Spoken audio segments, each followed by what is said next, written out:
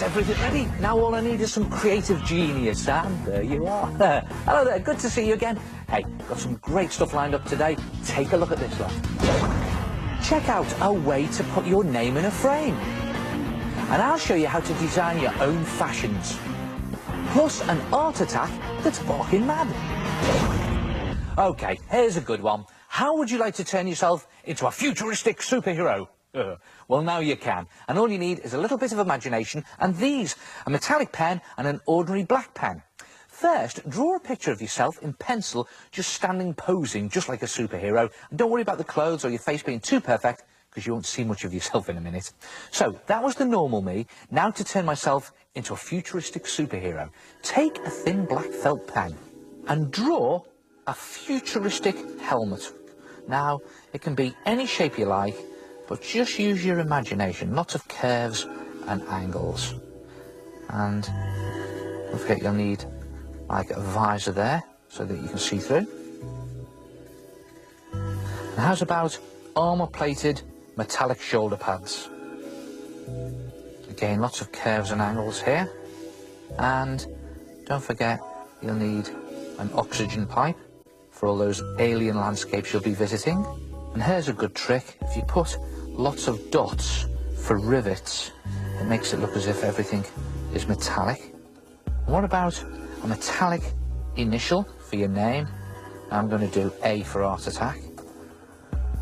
Give yourself some futuristic metallic undies. What about some real cool space boots? Again, have lots of fun with this. Lots of curves and angles. And make them really chunky for that zero gravity. And no superhero is complete without gadgets like a bionic glove. And again, just use your imagination for this.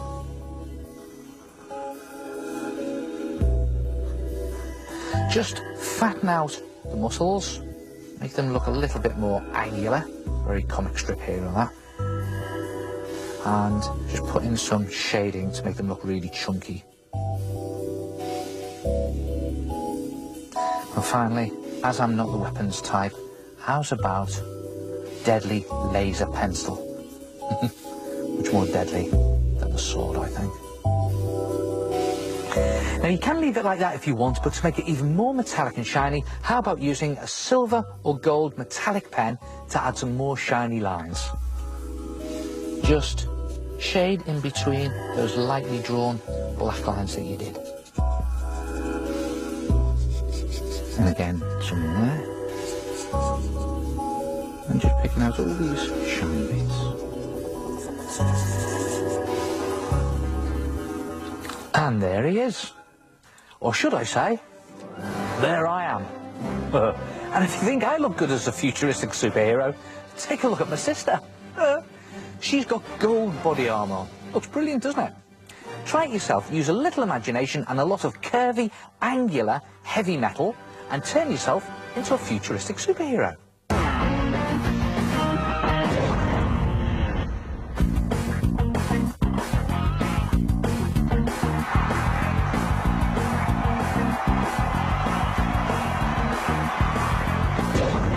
Ah, yes. I've always fancied a life on the ocean waves.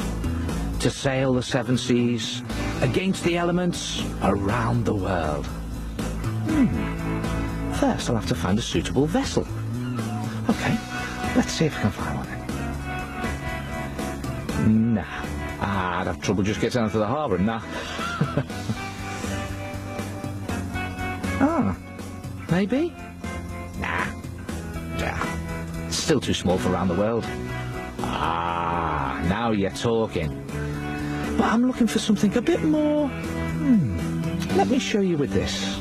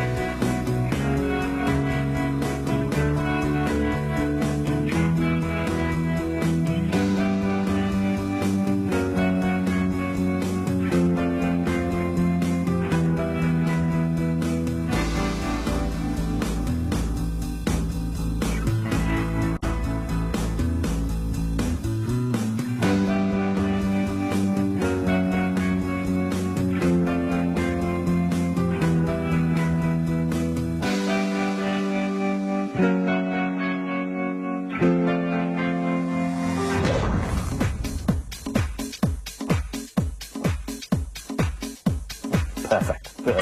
Now, how would you like to be a world-famous fashion designer? You know, designing the latest fashions for the catwalk, or costumes for pop stars, or even the latest sportswear. Well, until then, to help you work out what goes with what, mixing and matching, inventing your own collection and all that, you need one of these. A fashion flip-flap. Just flip the flaps and mix and match your own designs. Good, isn't it? And easy to make in 4 simple parts. A 4-part attack.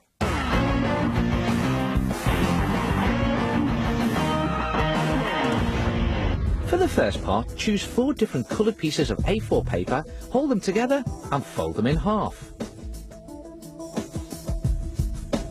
Then place the first piece down and place the second piece on top, but line it up with the centre fold of the first piece.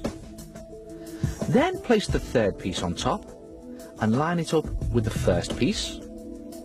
And then place the fourth piece on top and line it up with this piece that's sticking out there.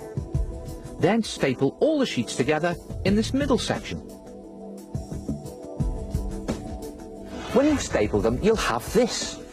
See that? They open like that. And there's the staples. Now you're going to need what all fashion designers have, a model. And for this you need to cut a piece of tracing paper that's the exact size as this middle section. And then decide how you want your model to look. Draw your model so that it fits your tracing paper. So start with the head right at the top. This one's a girl with shortish hair. And give her a model-like pose, maybe with one hand on a hip. Just like that. And make sure you draw nice strong lines. You'll see why in a minute. And the idea is to just do a simple outline of a body. Don't put any detail in, and make her feet reach the bottom of the sheet. And it goes like that. Then take a ruler and divide the model into sections. One across the head, another section at the waist, and then another one at the ankles. And again, make the lines nice and strong. And when you've done that, just flip the tracing paper face down onto the top sheet, and it's important to line it up accurately.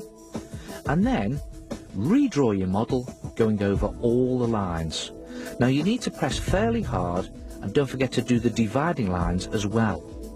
And when you take off the tracing paper, the pencil lines should transfer onto the paper underneath, just like this. And when you've traced the model onto every page like this, you are now ready to get designing. The idea is to design a different outfit onto each of your models. Now this one is going to be a party outfit, so there's a frilly skirt, and just keep creating your own design using your model to invent new styles for your own fashion collection. Then, when you're happy with the design, turn to the next model and design another.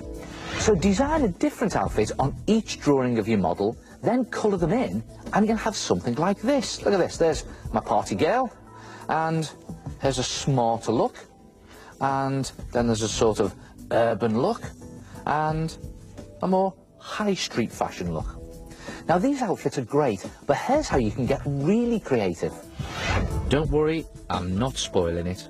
For the last part, carefully cut along the pencil lines that separate your model into sections. So I've done the head, do across the waist, and don't forget the shoes. Just cut across the ankles like that. Then when you've done that, do each page in exactly the same way. And when you've cut all the sections, use your fashion flip-flaps to mix and match and try out different combinations of your designs. And because you took care lining up your tracing of your original model, every one of them will match up and the effect will work. Brilliant. And you can try lots of different models. How about a collection for guys? Very trendy. Or how about designing your own football kit and the latest sports gear? Nice one. Or look at this very outrageous collection. Brilliant. Try it yourself. Fashion flip-flaps.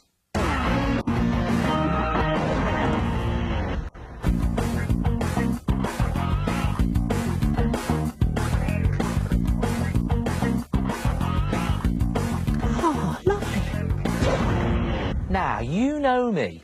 I love using all sorts of materials to make all sorts of art attacks. But you'll never guess what. I know someone who uses old boots. No, I'm not making it up. His name is David Kemp. In fact, I'll prove it. Check this out.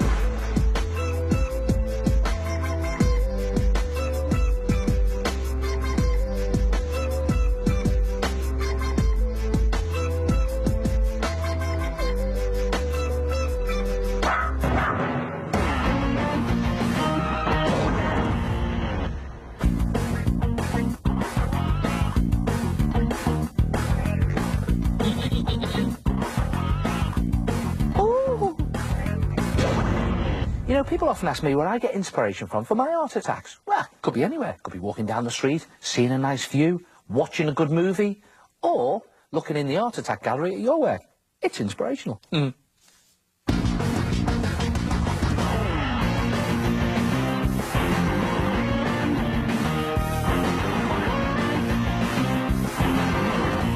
Yes, now this is a really stylish portrait that Chloe's painted. Her use of colours and the clever way she's blended them gives her picture great depth and tone. And look at this. Jamie's use of paint in this abstract landscape gives a real sense of a cold, blustery day, proving that you don't have to paint realistically to create a great impression. And this is a great chalk pastel picture by Ben. I think he's drawn this out brilliantly, and with his wings outstretched, he looks as if he's going to fly off the paper. Super. And I love this picture of Anne Boleyn. Louise has framed it in gold and added the Queen's name on a scroll, making it look like an official royal portrait. Yeah, a very traditional-looking picture there from Louise. You know, it reminds me of something else that's very old and traditional, an old coat of arms. Ever seen one of these? You know, where families have a shield designed of their own emblem and a picture of things on it relevant to their family, like, oh, I don't know, trees, horse, castle. Very posh. Now, it could be anything at all on a coat of arms, even a family name. Well, that's the more traditional way to display your family name. Here's the art attack way to do it. Don't put it on a shield, put your name in a frame. Just collect together some scraps of cardboard box card to draw on, then have a think about the things that interest you. Well, I'm obvious, aren't I? Art. Then get designing. On one of your card pieces, design a frame to match your theme. So for art, how about a fancy picture frame, the sort you get in galleries? Then decide what to put in your frame. How about a squidgy tube of paint, with some paint squirting out? And of course, pencils. And don't forget your brushes. And also, don't forget to do your name in big chunky letters or in a style to match the theme of your frame. Then paint all of the bits and cut them out and shuffle them around a bit to get a good design. And when you've done that, assemble all your bits into your frame. Start by putting your frame onto a background, and to make it more 3D, just cut out little small squares of card and glue them to the back of your frame. Just one in each corner should do it. On it goes, little squares of card. Then turn it over and glue it to your background. And when it's firmly in place, now it's time to arrange all your bits into the frame. But the idea is to make them look 3D, so put them over the edge of the frame and tuck bits behind other bits like that. And maybe even the longer bits, your pencils and your brushes, can tuck under the frame itself. And when you're happy with your arrangement, glue everything into place. And when everything's glued firmly into place, there you have a fantastic name in a frame showing all the things that you like to do. And look at these, look at this. Nikki obviously loves ponies. And this one says to me that Sam likes his music. And this one for Paul, well, it's all about the movies. Good, aren't they? Try it yourself, put your name in a frame.